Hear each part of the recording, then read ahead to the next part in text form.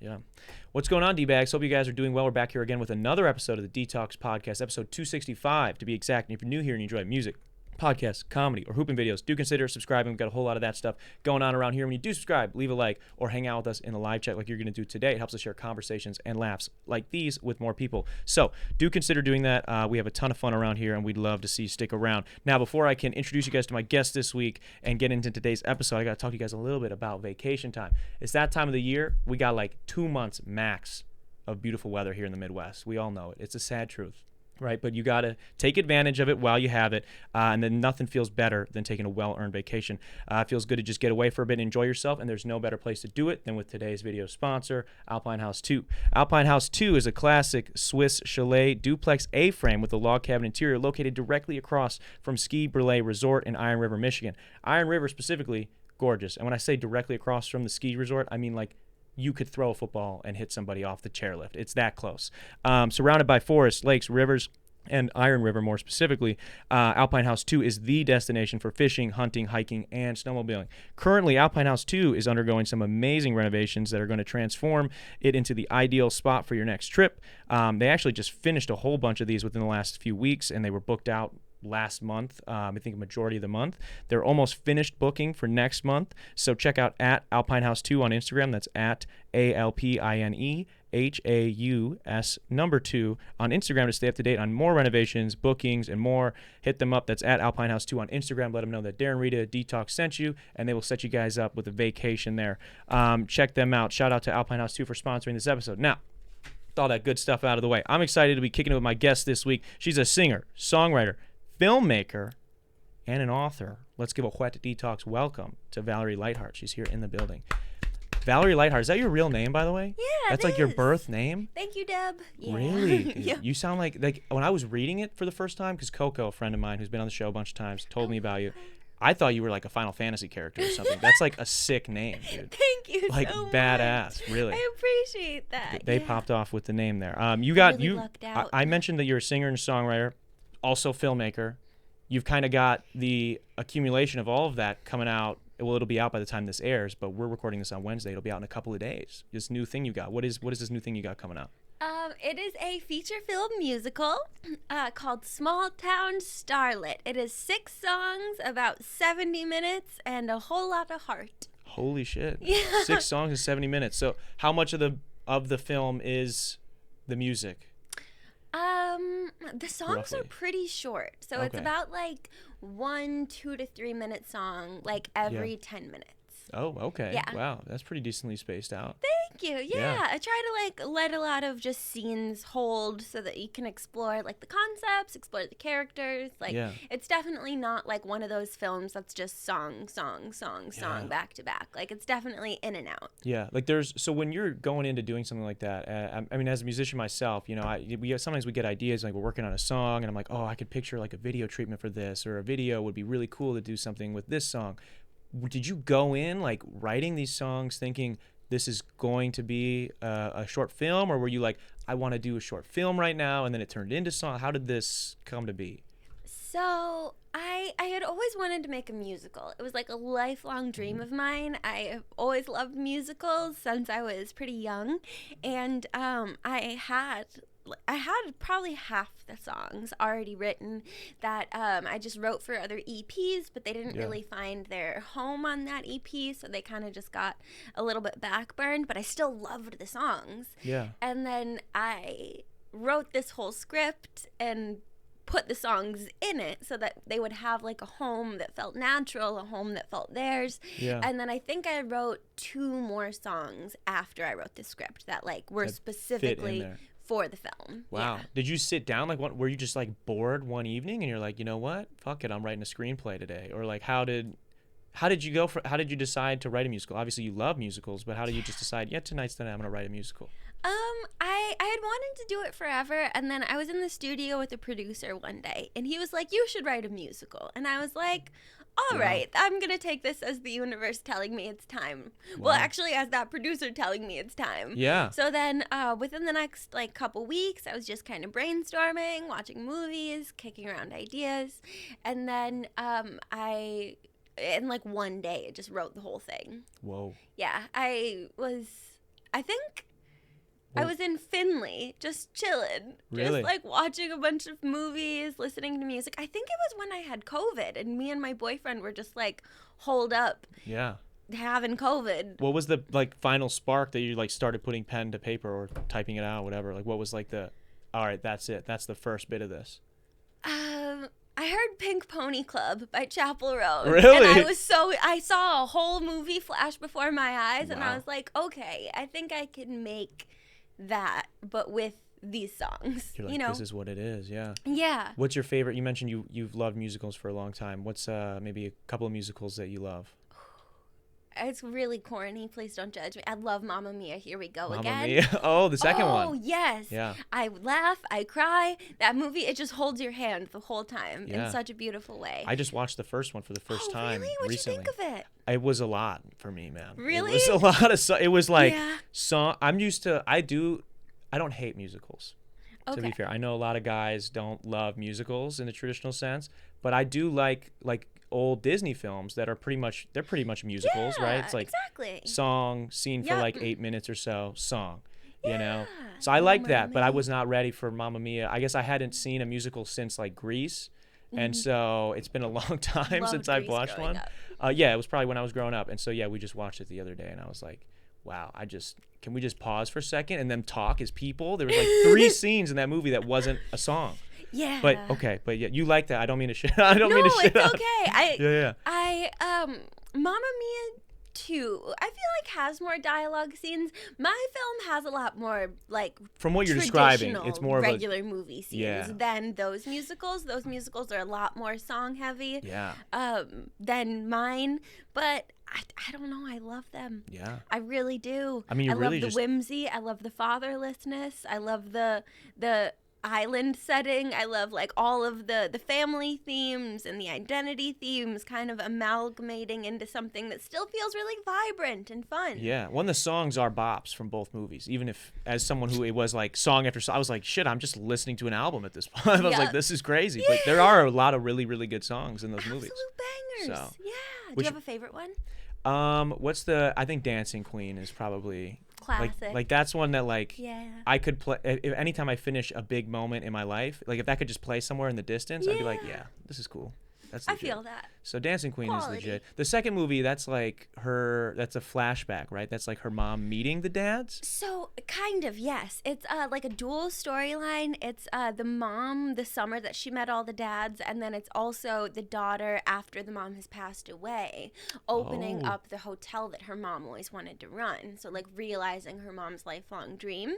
Wow. So it's like these interwoven stories. It's very beautiful. Wow, You yeah. will probably cry a lot. You think so? Oh, Okay. I yeah. cry. I'm pretty easy to cry. Like I Really? will cry Okay. just about anything. Oh so. yeah, you'll cry a lot. I cry through half that movie. All right. So Yeah. Mamma Mia. What are some other musicals that are? I love Les Mis. Les Mis is really good. I've never seen them. Oh, that's okay. When I was a teenager, I was really into Melanie Martinez, and then she put out the K through 12 musical. I lost my mind. I flipped. I Really? loved it. Yeah. Yeah. Were you in musicals growing up? No, actually. Really? Why not? Yeah. I don't know. I wasn't out auditioning like that. Like No? auditions are harrowing, like, Yeah. especially when you're sensitive Yeah. and you don't have a vocal coach. So I didn't really have like a vocal coach until I was in my 20s. Yeah. So like I just wasn't really out there like that. I Yeah. did some theater, I did some acting Okay. roles. I did some stage crew for a while. Yeah. But Were you into it? musical theater is even intimidating. Yeah, I mean, theater in general can be intimidating. It's somewhat like I did a little bit of theater in college, and I'm more of like coming from a sports background. So like I remember Okay. even in college, I was playing college basketball, and I was like so interested in getting into more of the arts and whatnot, but I was Yeah. very nervous, and there was kind of like a stigma around being like an athlete. It felt like, Oh, and when I stepped into yeah. that world, just realizing some of the pressures of especially like an audition, Yes. like. It's so intense. Yeah, especially I mean, as an artist, you're a sensitive person. Yeah.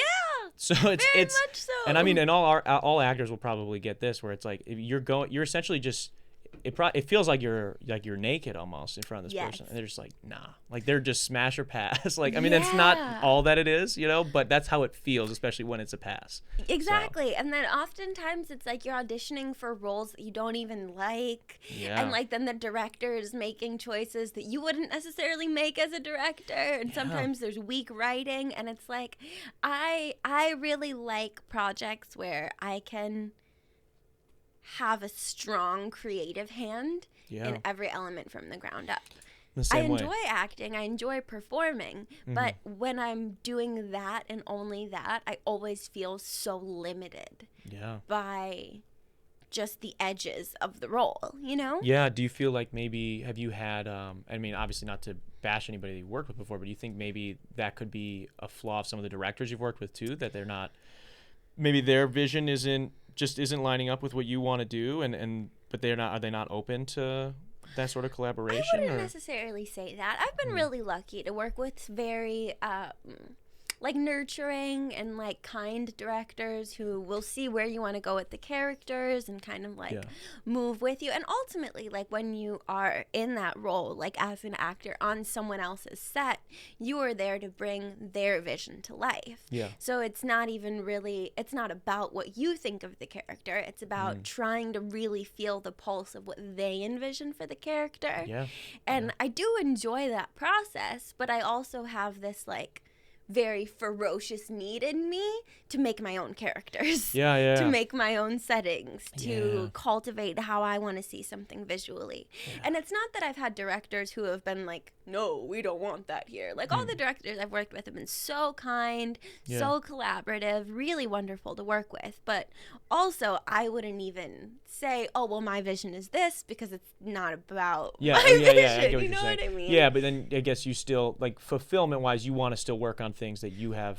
You do that also, right? I like you can doing do that both. Also. I like acting sometimes, but I tend to really feel more fulfilled when I'm acting and I'm writing. That's fair. I feel like doing both will probably, like, doing one highlights the maybe the things you like about the other one, so it's maybe fun to probably bounce back and forth where it's like, I want to be in control of everything for a little bit, and then it can be good to be like, I'm going to unplug and just be someone else's employee for a little bit. Let me just do what I need to do today.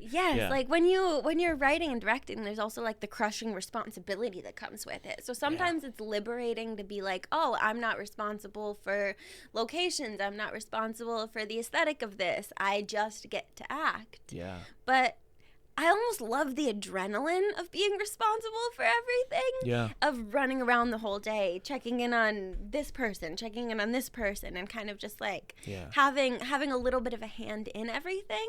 So like I enjoy acting for what it is, and it's a very different thing from writing and directing. It probably makes you a better actor that you do those other things. That's I just hope so. That's something I've noticed, like, as someone who's been in, I'm typically in charge of a lot of the projects I have to work on, and it's like when I do get the opportunity, which is usually pretty rare, where someone approaches me and they want me to do something with them as like a piece of the puzzle as opposed to someone who's putting everything together. Typically because you know how that is, checking on everybody, making sure, okay, you're usually more sympathetic to what, stresses they're under. You also can maybe help it be easier for them because you know what they're going through. So that probably helps the people you work with a bunch too. So I'm sure they appreciate it. I've been fortunate to have really good relationships with the directors I've worked with. I think like one of my main things that I struggle with is like I spent all my teen years like production assisting. So like when I'm acting and I'm on set and I'm not supposed to be carrying stuff and I'm not supposed to be like doing that, like it's almost like I don't know what to do with my hands. You know what I mean? And then I get a little anxious. Like I want to be acting, but I also want to help carry in the gear. And you like wearing multiple hats. That makes you, I feel like that makes you more valuable, dude. I've worked with people where it is the opposite sometimes. Oh, yeah? Where not in a film sense even, it could be like in a musical project or something, and they're like, I'm just here to play. Like, I'm just here to do the thing. I'm not doing anything else. And it's like, all right, that's cool. Like, that's all you're expected to do, but also, like, it is nice when someone is willing to do more. So Yeah, you know. I'm such an extrovert that like I love things that allow me to be like a deeper part of the process, meet more people, understand what they're doing, how they're doing it. Yeah. Like I hate when I'm just like sitting on my phone, like on a set because nobody needs me to do anything and Yeah. nobody's like talking. Like that is the only time where I'm like I want to do something else, you know, Yeah. just because I want to be in the scene. I want to be helping set up for the scene. I want to be participating in art direction, you know? Yeah. Wow. Yeah, you're about it. You're about all of it. I'm curious. So you've been doing film for like over 10 years, I heard. Yeah, 12. 12 now. Yeah. Legit. Well, actually, almost like 13-ish. And when you say like doing film, is that just like in any capacity? Like, is that like you're starting out in like as a production assistant, or is that you making your own films in around? So when I was 15, I started working with an international boat racing team, doing all of their documentary films. An international boat racing team. What is an Yeah. international boat racing team? So basically, NASCAR on water. Wow. In Estonia, England, Sweden, Poland, Really? every summer. Yeah, from age 15 on up until the team shut down when the pandemic hit. Wow. Yeah. Are these like, what are these sailboats? No, hydroplanes. Like there's like Wow. a motor in the back and they go fast. Yeah. Holy shit. Yeah, Are you it's just nuts. you're on there with the camera trying to capture this? Like, what's going I'm on? on the dock. Oh, okay. I'm on the dock. I'm Like, not on the shit, boats. I'd dude. be so intimidated to be Yeah. on the boats. It's a dangerous place to be. There's a Yeah. lot of wrecks. Yeah. It's a surprisingly dangerous sport, but they've I shouldn't say that because they've put in a lot of safety precautions, like a lot of Kevlar regulations, and to make things a lot safer. But I personally, as a scaredy cat, would be intimidated Yeah. to get in a boat. Yeah. Yeah, so I just go, I film, I do all the interviews, just like a one-woman production team. Yeah. Holy shit, Yeah. dude. Do all the editing. How did you get tangled up with those people? That's interesting. Like I didn't even know that was a thing. So how would you know that they needed documentaries made of them? Long story, my mom is a psychic, and All right. she used to work a lot of parties growing up. And I was like 15, I was bored, I decided I'm just gonna go with her to this party, see if Yeah. there's anybody cool, just get my extrovert battery filled. And I started just talking to this woman who was like 10 years older than me, but she was really cool. We got along really well. We had like a similar love of language. And I told her I wanted to be a filmmaker. And she said, I'm on a boat racing team and we're looking for a filmmaker. And, you know, it would be unpaid, but you can travel with us. Wow. And that summer we went to New York, we went to Pennsylvania, and then the next summer we went to Poland. Wow. That's legit, dude. Yeah. That's a sick connection. Your mom's a psychic you just threw in there? Just try to like casually, my mom's a psychic. Wow. She's very cool. Deb's way cooler than me. Did she ever give you psychic readings, or is that like off the table? Yes. No, yeah. Growing up, I like got tarot readings from her all the time. Would it be like you bring a new boy home and she's like, let's see how this one's gonna play out. Give me your hands. Is that she would do that? Sometimes, No. yeah. Well, she doesn't do like palmistry, but she would Okay. do tarot. You know, like Yeah. if I was having relationship issues or if I was having career troubles, she'd be like, well, let's just draw some cards on it, honey. Let's see how it's Really? going to go. Wow. Yeah. Did you ever have any like findings that you were like, shit, I gotta break up with somebody right now? We gotta have a conversation after this. That's crazy, really. Really? I don't know. I wouldn't say I've ever been. So I did have one relationship that I was in for like 6 years. Wow. And I knew that it needed to end when my mom stopped defending his behavior because she kind of always did. And she would always be like, well, maybe he's going through this. Try to see his side of this. Try to see this. Try to see that. Yeah. Like no matter how much I was like pulling my hair out. And then there was a point where she was like, yeah, I just can't anymore. And that's kind of, but it wasn't really like a psychic reading. It wasn't was like more a- just like yeah. an opinion thing. Yeah. Okay, You that's know? fair. Yeah. Yeah. That's cool. It would have been cooler if had it been a card, you know? Like she I just pulled a card know, out and she was like, yeah. yeah, you got to dump him tomorrow. I wish, man. She is a pretty illustrious psychic, though, so I know she's done that for a lot of people. Wow, yeah, that's Yeah. legit. That's She's got very quite cool. the local following. Very That's- proud of her. That's sick. That's really cool. I'm curious, kind kind of tying it back to the film end of things, how do you decide what, because you do music, and I was kind of going through your discography. You've got a ton of songs, around like 20-ish some songs you've put out over on Spotify. I'm sure there's probably tons other that you've worked on or had ideas for. How do you decide what is going to get a visual treatment and what isn't? I kind of just let every song speak to me, you know, and depending on how in love I am with the picture it paints, I will or I won't give it a visual treatment. Yeah. So, like, there were certain songs that, like, I wrote it and I immediately knew that it needed a music video, like Burn the Witch. Yeah.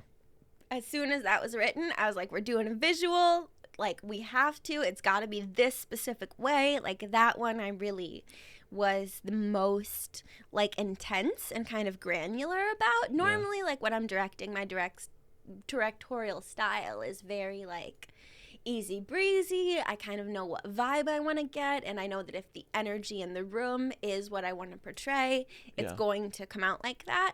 But that specific shoot, I was a lot more intense about all of the beats for it, and all of the characterization and the costuming and the blocking and all of that kind of nitty gritty stuff that usually I kind of gloss over a little bit. Wow.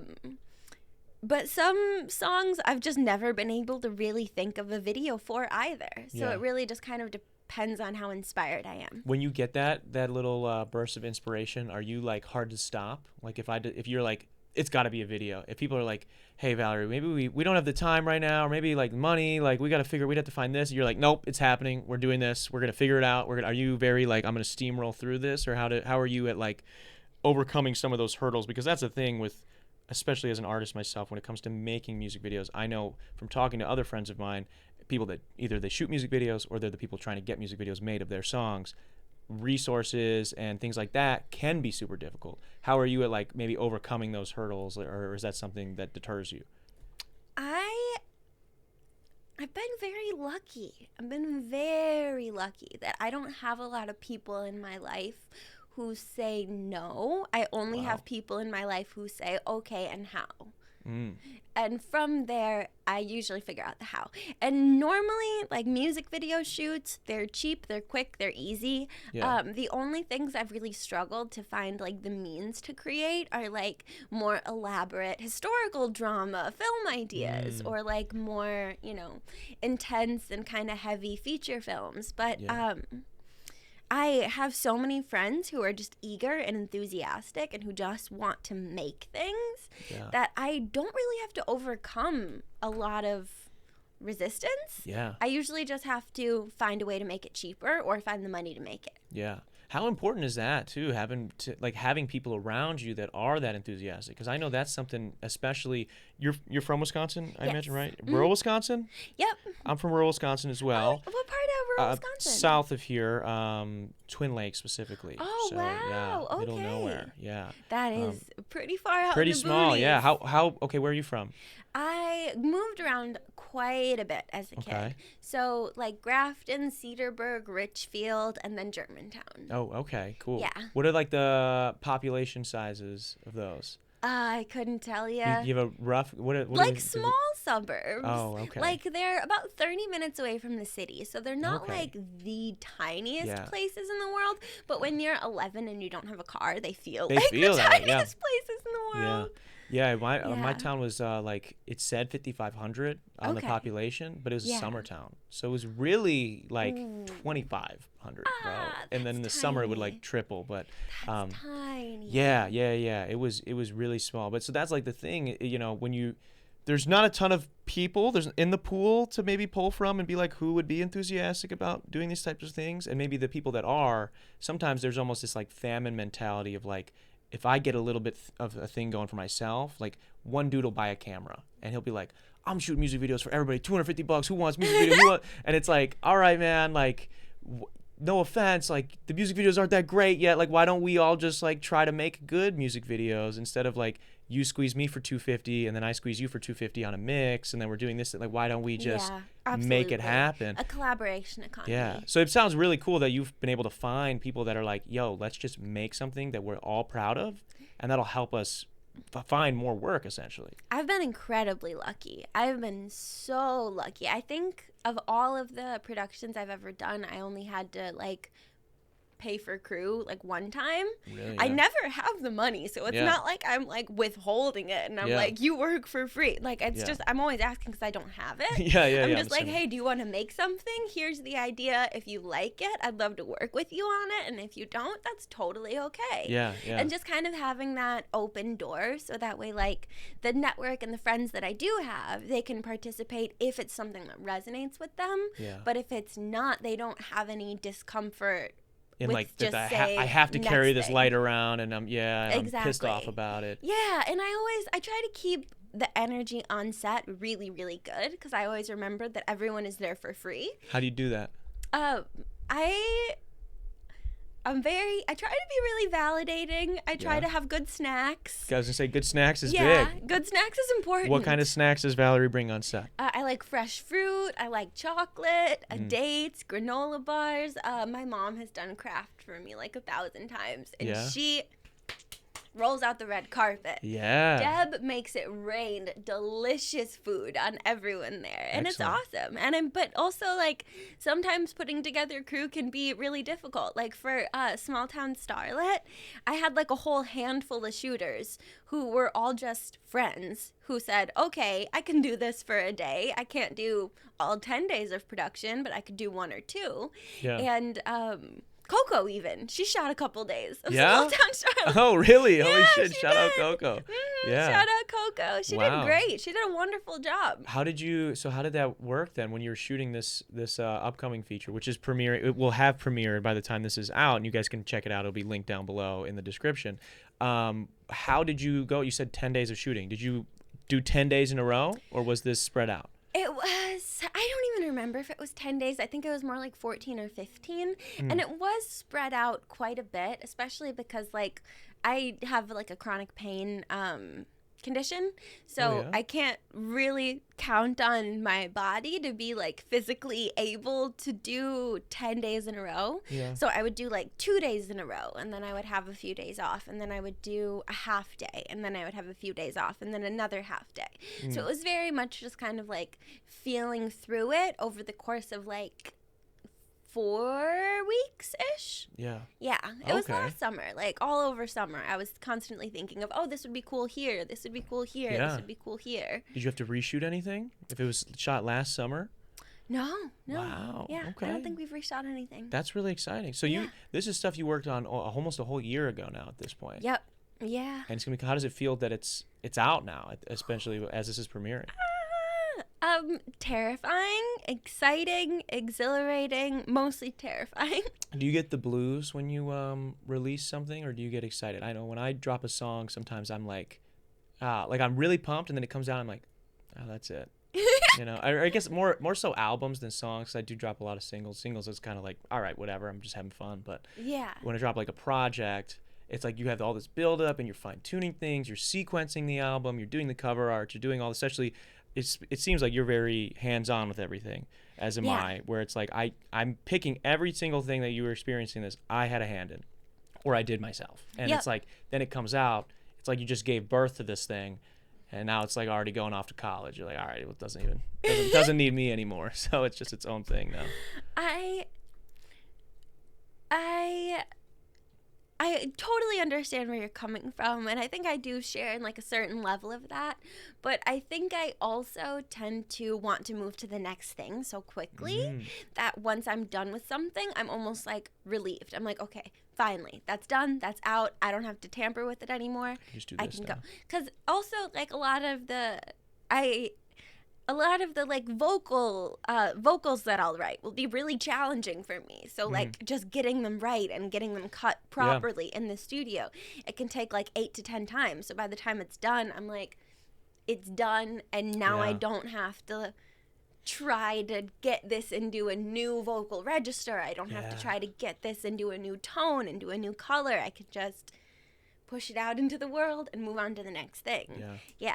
But I've worked with some really phenomenal producers who can make me sound pretty nice. Yeah. So I'm grateful that I've, been able to be like nurtured in that way. Yeah, I relate to that too. There is a sense of like if you do a whole lot of things creatively, which it sounds like you do, then it's like it is nice to just have this, like they all kind of just take up space in our heads and our hearts, and so it's like the second it's done, it's like, all right, now I have space for new stuff. Yeah, exactly. A little less stressed out. So I see that too. Yeah. I'm curious. So this film, there's a little bit of a splash of horror in there. I've seen from the promos. A little bit. Yeah. Are you a big fan of like horror films or slasher films or? I am a coward. But do you like that? Do you like being scared? Because it sounds it's interesting to me that you're a coward, but you're like, you know what? I'm gonna make a film where there might be a little splash of some death in there. I tend to be very attracted to like dark subjects. Okay. I tend to be very attracted to like female rage and revenge and things that are like slightly macabre. I find the approach of a lot of horror films and of a lot of slasher films to be either too dry or too campy or too vulgar and too tropey. Like, it's hard for me to find like slasher horror films. I loved Pearl. Pearl was phenomenal. Yeah. That was one of my favorite horror films that I've ever seen. But I think it was almost because it went against so much of the typical trademarks of the genre. Yeah. Does that make sense? Interesting. Yeah, a little bit. I'm curious why specifically the female rage, the like revenge. What is it that you love about that? I think it's just cathartic. Yeah? I think it's so cathartic for women. I think that a lot of women have a certain level of, fantasy, want to bash some dudes' heads in? Yes, Yeah. absolutely. That's exactly what the Banshee EP is fully about. Yeah. It's like that feeling of like, I'm just tired of being in this box where I have to either be performative or afraid, and I want to be a scary thing sometimes. Yeah. You want to be the bear. Sometimes. Yeah. Yeah. Yeah, I would pick the bear too, I think, over most guys, Have you seen some pictures and videos of these bears? I was talking about... Wait, are you talking about the man versus bear The man debate? versus bear question? That's what I was kind of joking about, That's such a hard question. It's I'm not. also It's really the scared bear. of bears. Yeah, but I mean, have you seen some of these bears, dude? They just like chill in these chicks' jacuzzis, and they'll like come up if you feed them. Like they'll just come up to the door. They'll bring the cubs around. Some of these bears are really nice. They are very nice and they are very sweet. So from my personal experience, I've been hiking and seen random men walking on the trail, and while my fight or flight has kicked in and I have had the I'm in danger feeling, they've always just been walking on their way, going about their business. The only time I was on a hiking trail that there was a bear on, it was mauling people, and they were evacuating the whole trail. Oh, yeah. Well, that could be traumatizing for sure. I'm like, man or bear, I couldn't tell you. You have more real-life experience than most of the people commenting on this, it sounds like. I like hiking. I like backpacking. I've had some really fun backpacking trips. Okay. What do you like most about backpacking? That I get to feel like a hobbit. Yeah? Yeah. What's something that people don't get about backpacking/hiking? What's something that people overlook? I think just kind of like the digital world that we live in, it can be really difficult to like connect with analog surroundings. And I think that hiking and kind of just intentionally uncoupling from like a parasocial relationship with yourself and a parasocial relationship with everyone on your phone and this constant like endless like sensorium of just like digital dopamine. Yeah. It's like, it's very grounding. It's good for the spirit. It's good for the body. It's often overlooked. Yeah, it does something to you. You ever pee outside? Yes. Yeah. Feels good. Peed outside. That's liberating. grounding. I'm like, that's nature. Yeah, I was in Arizona recently for the first time, and we were just climbing. I think we went up the, what are they called? The Sacramento Mountains. Or no, that was in New Mexico. Yeah, the Sacramento Mountains were in New Mexico, and we were just hiking up those, and I pissed like 2 or 3 times on that mountain, and it felt great. Yeah. No one's around. It's I'm freeing. at the top of the mountain. I mean, there's maybe some government surveillance, but other than that, like, no one can even see me doing it. So the tough part about backpacking, I will say though, is that anytime you go number 2, you have to dig a hole. Oh yeah, you'd be shitting out there? I mean, when you're out there for 3-4 days, what's your alternative? Oh yeah. You know? I guess you were. Yeah. I was just out there for a few hours, bro. I'm not about it like that. Maybe I got to step my game up. That's crazy. You bring like dude wipes out there with you, or? So I have a really good friend who I love her so much. She will pack my bag for me because she's an experienced backpacker. So she'll be like, here's the route we're going. Here's how many nights. Here's how many miles. Here's your backpack. Just wear it and walk. Yeah. And then I get to kind of just wear it and walk and then be a J.R.R. Tolkien character in my head. Yeah. Wow. That's badass. Yeah. You guys like pitch a tent and everything too? Yep. Mm-hmm. Wow. That's intense. How many miles do you like to go for? Like if you're doing something like that? I don't ever plan them, so I'm not good at remembering those details. But 4 days, I imagine, is probably quite a bit. That was the most intense one we went on. That was along like Lake Superior up in northern Wisconsin. Yeah. And it was gorgeous, but it was also harrowing. I should have worked out way harder than I did before that. Yeah. I was like having the sticks. I was going to ask if you had the sticks. Yep. Yeah, that's cool. Oh, yeah. Oh, wow. Man. And I needed them. Yeah. I was beat by the time I got back. Yeah, I believe it, dude. 4 days, that's legit. And having to shit in a hole, like, that's tough. That's tough on the body and the psyche. Like, I don't know what that would do to me. So I applaud you for being able to do that. Try it one day. I will. Maybe tomorrow. Maybe tomorrow I'll go dig a hole. That sounds awesome. Let's go out in the woods, dig a little start hole, and digging, then just bury dude. it, you know? Yeah, start digging. Yeah. I'm curious, what's the weirdest thing you have in your room? The weirdest thing I have in my room? I have so much stuff in my room. I saw a video of yours. You were doing like one of these TikTok trends of the room. Yeah, I've got a 6-foot clamshell.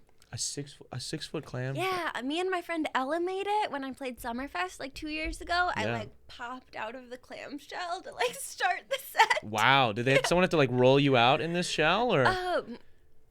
I think so. Yeah, it was a very dizzying day. So my memories of it are like very like I remembered 3 things about that whole day. Yeah. But the pictures are great. Yeah. I'm pretty sure. Yeah. Were you did you feel claustrophobic from what you maybe do remember? Were you like at all claustrophobic like in this shell? No, I like being wrapped up in little things. It makes me feel like I'm in the womb. Really? Yeah. Okay. Comfy. Yeah. Yeah. I guess I haven't really thought about it. I don't know if I miss the womb much. I've always missed the womb. Yeah. Yeah. What about it? You think just like the warmth maybe or the water? The feeling of safety, connectedness. You know. Yeah. Yeah, there's not a real life equivalent to the when womb, you're like a little kid and you like hide under a blanket and it's like you can kind of see that soft light. I feel like that's what that is. That's like wanting that kind of like I'm gonna try that after this and see if like a womb, you know? See if it jogs my memory. Yeah, that's interesting. Yeah. That's okay. So you 6 foot, you said a 6 foot clamp. Yep. Mm-hmm. Wow, that's and you made it. Me and my friend Ella, we made it together. Out of what? Yeah, she did most of the like mental labor for it. I kind of just showed up and was like, "What do you need to buy? I'll just pay for it." You know, it was some kind of like spray foam. Okay. Spray foam, spray paint, and cardboard. Yeah, she did most of the work. I'm not trying to take credit for it. Yeah. That's still really cool, though. I just showed up to help. She picked out what we need and how we're going to put it together. That's badass. Do you have pictures of this online that we could see? Yeah, I do. You got to pull this up. I got to see this. I got to get my reaction to this. Yeah, she'll pull it up. Is that okay? We pull stuff up all the time on the show. They might be on my Instagram. They might be archived on my Dropbox. I could send you photos from my Dropbox if they're not on Instagram. Yeah, dude, because that would be sick. They might be on Facebook, too. That's insane. A 6 foot shell. Was that like what? This is about 2 years ago. 2 years ago. What did that like? How did that tie into? I guess the performance itself specifically. Like, what was the theme of the show? Like, what was going on? Over the top pop. So I had 6 belly dancers on stage with Wow. me. Holy shit. I popped out of a clamshell.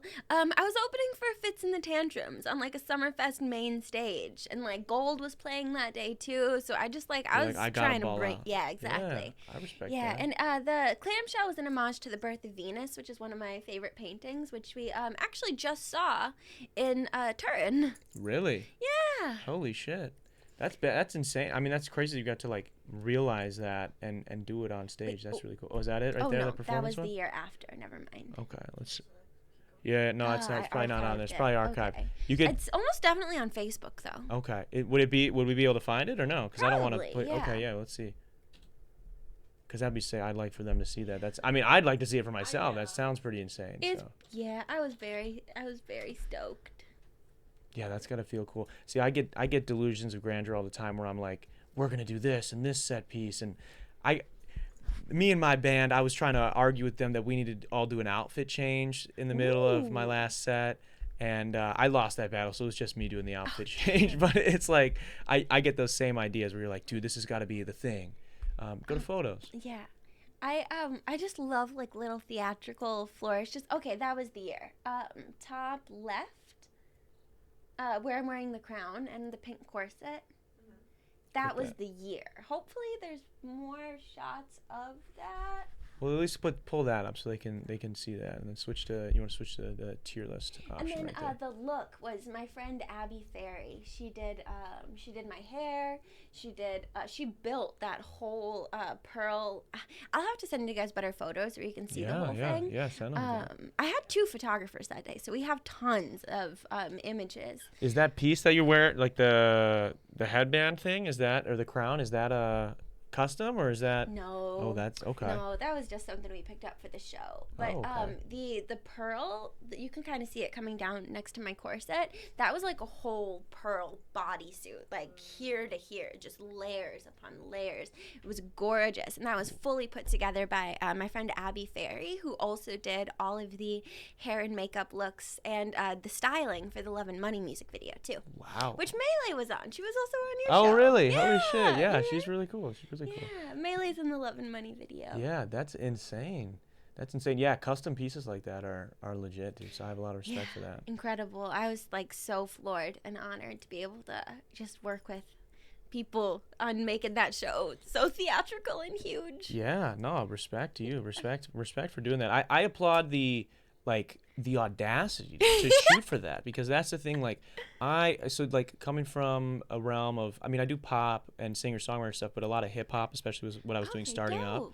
And love hip-hop. There's a lot of great hip-hop artists, especially a lot of really cool hip-hop artists in the city of Milwaukee. When I was starting out, I feel like just when you're starting out in anything, there's going to be people that are around the same level as you because you're not really great yet, that are maybe kind of half-assing things. And I always got really bummed out when like someone I thought was pretty talented, who I thought had good songs, would like be kind of lazily putting together a show just to like make a little bit of money. And it's like, the money you're making is not that much, man. Like, why squeeze us for $15? And if you're just going to like show up and lip sync to your songs in the same hoodie that you wore to high school every day, like, you know what I'm saying? Yeah. Like, give me something, man. Give me some showmanship. Yeah, that's what I'm saying. I applaud the theatrics of like people that they're like, you know what, I want this to be experienced. Like, if you're coming to see me, especially, you said you played a show recently at the Vivarium too. Yeah, and I got a show coming up for Small Town Starlet Day too. That's what I'm saying. So it's like, when people are taking the time and sometimes money out of their days or their lives to come see me play, right? I want to give them something. So same. I applaud that. Thank you. I really appreciate it. And it's just, I try to make the show that I would want to see, like as a spectator, you know? Yeah. There's gotta be special moments. How do you go about, this is a selfish question for myself. How do you go about picking a set list? Vibes. Yeah. Vibes and location. I think about the space. I think about like the other acts on the bill, if there are any. And then I kind of build it off of what I think is going to like suit that. But I will say I usually play the pop stuff. Yeah. Almost every show will be the pop stuff. Unless it's like for some reason I'm doing like a more acoustic space or a more like, you know, folksy kind of Americana venue. Yeah. Like then I'll pivot and I'll play more off my Places EP and more off my Witch EP. Yeah. But 9 out of 10 times I'm going to be doing a very similar set and I'm doing it for the energy. Yeah.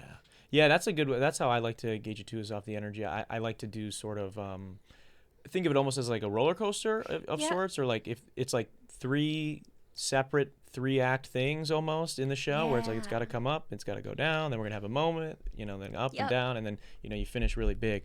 I think that's a fun way of doing things that keeps it interesting, you know. Absolutely. Keep it dynamic, you keep the energy flowing. I try to start off really high energy, and then transition into stuff that's maybe more mid-tempo but fun, a little bratty, and then I might have like an angsty or a melancholic moment mid-set, and then come right back out with stuff that's like all gas, no brakes till the end. Yeah. Yep. Yeah. That's how you got to do it. I mentioned when I introduced you that you're, obviously a singer, songwriter, filmmaker, and we've touched on all that stuff. I also briefly said that you were an author, and we were kind of making some jokes off air before we were recording that you've published a book, one novel so far. Yes, I was like, I had just turned 16 when I put it out. I wrote it when I was 15. A novel at 16 is crazy, though. It was, I started out writing long form fiction. I actually started writing books when I was 11. Really? Wow. Yeah. What kind of stories were you writing? What were they about? If I go to Barnes and Noble's, what section are they going to be in Barnes and Noble?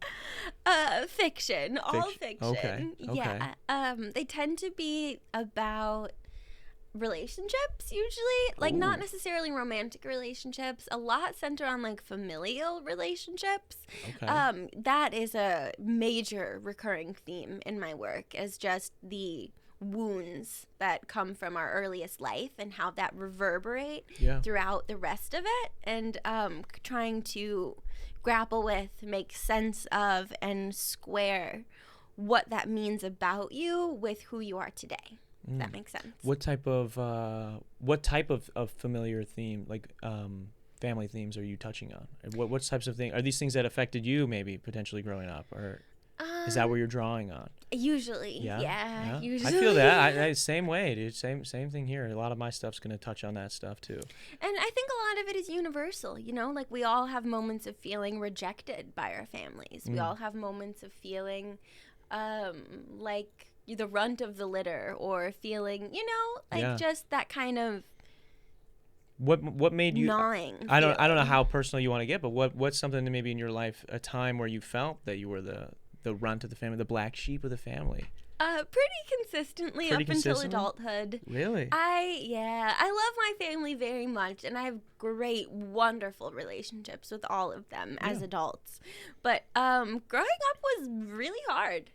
Yeah, and I wouldn't say my life was like comfortable to live until I was like 16, 17, and it's been a steady uphill since then.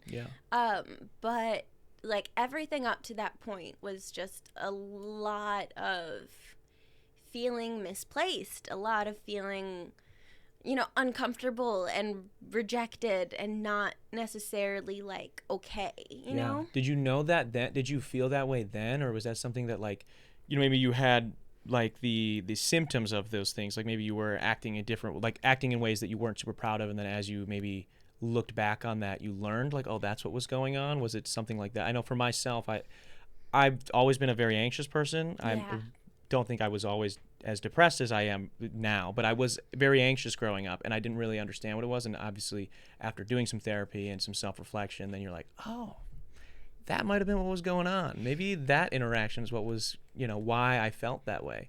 I relate with that a lot. Yeah, so it was more like post-game. You were like, afterwards, you're like, oh, shit, that's why I felt that way. Or did you start realizing it as you were 13, 14, whatever? Both, I'd say. Okay. I got really very intensely suicidal when I was like 7, and that didn't really let up like until I was like 22. At 7? Yeah, that's kind of when I started like planning for it, like feeling like this was like the thing that I needed to do, like to just give my family peace. Like oh my God, I'm sorry. And then it was at its worst from like 11 to 15. But it was kind of just like a background hum, and so I was lashing out with a lot of mental health issues very early on in life. I went to a couple like treatment programs at different like mental health places when I was a teenager. I knew that I wasn't okay. I had a lot of anger issues, and I was trying very, very desperately to course correct. What do you okay, well, that, I mean, first off, I'm happy you didn't, and I'm happy that like you had that urge to course correct. What do you like, where did you find that in yourself to, because I'm sure there's plenty of people that have maybe felt similarly to that. Where did you get this like strength to be like, I am going to course correct, like, you know what, that is not, I hear this thing, I'm not giving into that, I'm doing this other thing? I don't know. I still struggle with it. Honestly, I think it's my art. I think it's my projects. I think it's like, well, I can't die yet because I have to finish making this thing. Okay. And then once I finish making this thing, I have another thing that I have to finish making. Yeah. Shit, well, you better keep making shit, bro. You better start yeah. writing that second book is what better happen. Bam, let's go. Yeah.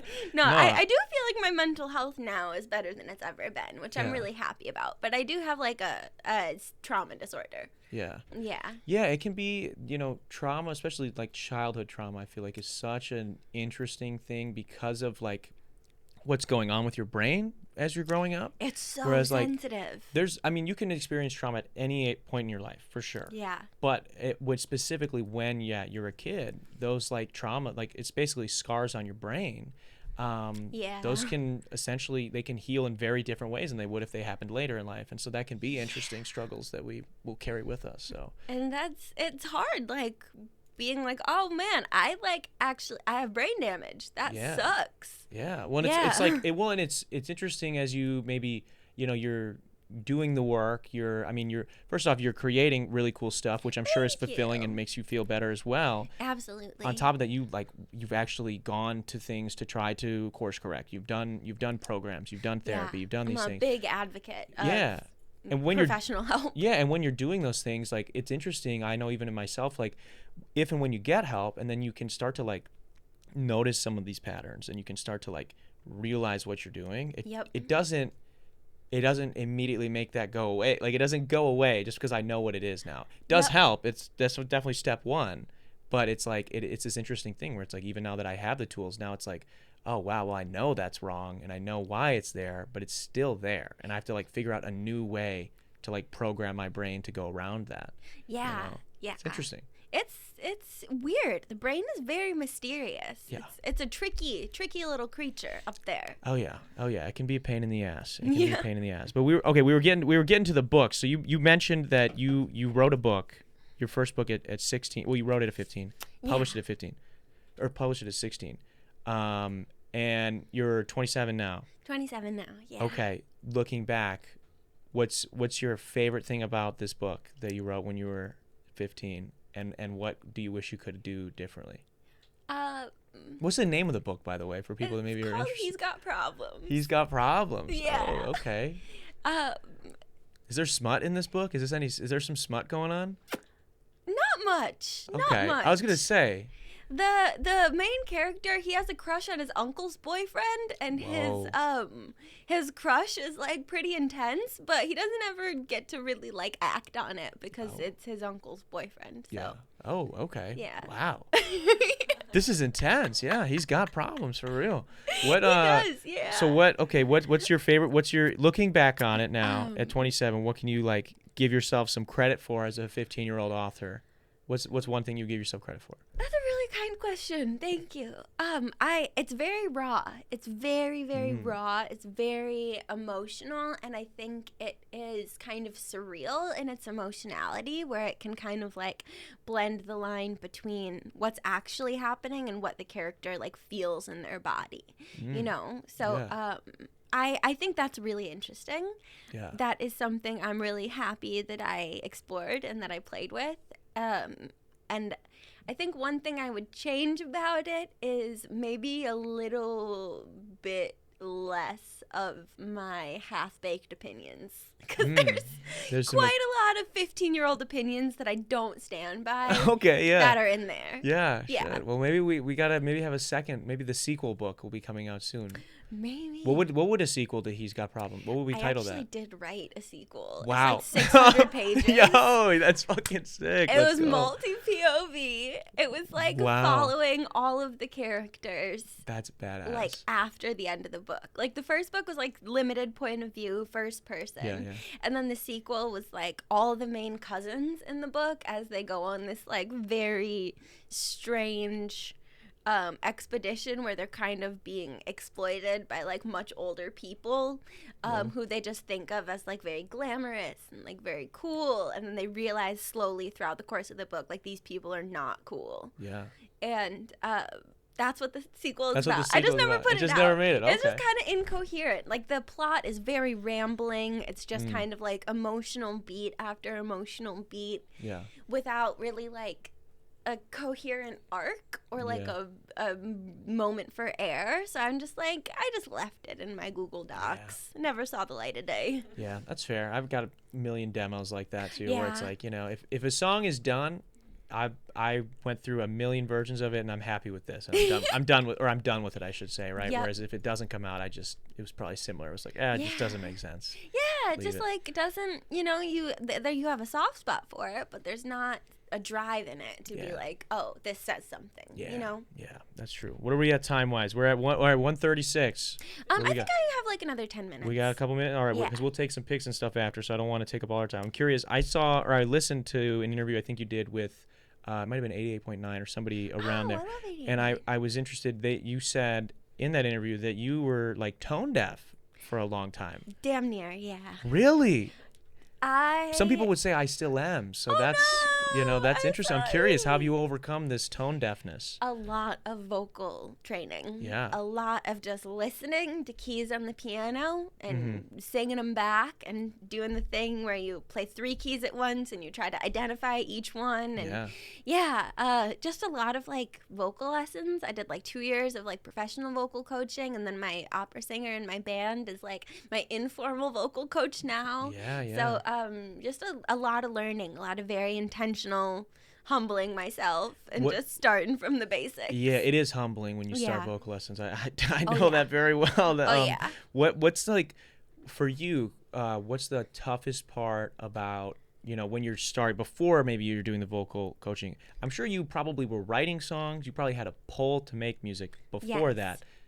What, like, how hard is that to like have these ideas in your head for songs and not be able to essentially bring them to life because you don't maybe feel like you have the tools? Because I know I've felt that, where it's like I write this hook and I just can't sing it. I'm like, I just can't sing this. And I have to work so much harder to eventually get there. And like that is something that's really frustrating as a creative, where it's like I have this idea and it's all up to me. But it's not in my register. But it's just I don't have that. I wasn't born with that. I will just force myself to do it anyways, even if it doesn't sound the best, because it's still mine. You know what Yeah. I mean? Like even this last single that I put out, Bubblegum, where the hook sits is in my head voice. But for the hook to sound right, it needed to be full chest. So it took me months of just almost like singing it in an exaggerated pop punk style just to move the Yeah. notes further down in my body. Yeah. And I'll just keep at it like a dog with a bone until it's done. That is the nice part about specifically singing, is that like aside from maybe a few specific styles of singing, you can basically train your voice. Yeah. It is a muscle. It's so cliche when people Absolutely. say that, but it really is a muscle. It is, yeah. That's really cool. And I mean, there's even songs right now that like I have coming up on this record that like I wrote, and they're not in a comfortable register to me at all. They actually kind of physically hurt to sing. But I'm singing them anyways, even Yeah. if it doesn't sound the best, because I like this song. Well, if you get one take, that's great. That's all Yup. I need on the recording, maybe, and you'll Exactly. train your Yes. voice to get there eventually for live. That's what I've in my experience. That's exactly. been the case, where it's like it might have taken me a million tries to make that hook sit where it is now on the record, Yep. but by the time I perform it, I know how to do, because I practiced it so many times, hearing that in mind. Absolutely. So I definitely think that helps. I'm curious, along the same lines, what's something creative, because you do so many different creative things, what's something creative that you haven't done yet, or that you maybe have felt like you couldn't do yet, that you would like to someday? I want to build a house out of cob. Of cob? Yes. I very much want to do that. Cob, like what cob? What is cob? It's like a mixture of like clay, sand, and straw, and you like get it wet, and then it basically turns into this like, it's kind of like clay. Like those but guys it- on YouTube that you see at like 3 a.m. that are doing. Oh, But it dries like cement. yeah. Oh yeah, you can build sculptures into your walls. Yeah. You can like, and it's sturdy. You know, there's cob houses in England that have been up for hundreds of years. Yeah. And that would be a great project to take on. Wow. Yeah, building you a let me house. know, because that would be fun. I've always wanted to do those guys do like, you'll see them, they'll do like a Yeah. 2-bedroom house with a attached pool and hot tub all out of fucking clay.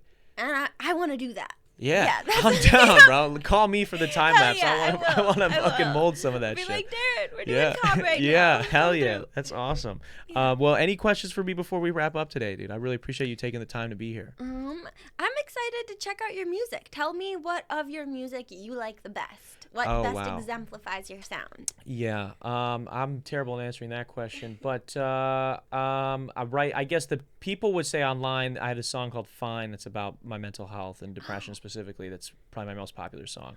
So that Wonderful. one would be a great one to check out to start with, where it's gonna be slightly sarcastic, but very heavy on like the pop influence. But I'm still rapping in the Yeah. verses, and that's kind of how I will typically blend things. Where it's like I don't That's take myself awesome. super seriously as an artist when it comes to.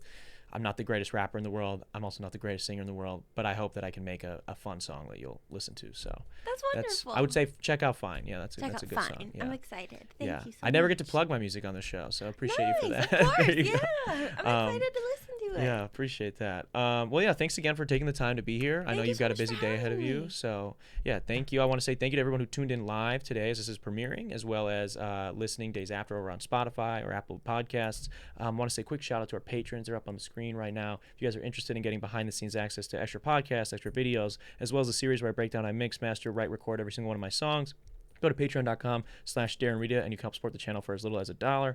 Also want to say a quick shout out to Alpine House 2 for sponsoring this episode. That's at Alpine House 2, number 2 on Instagram. And this has been the 265th episode of the Detox Podcast. I will see you guys next week. Peace.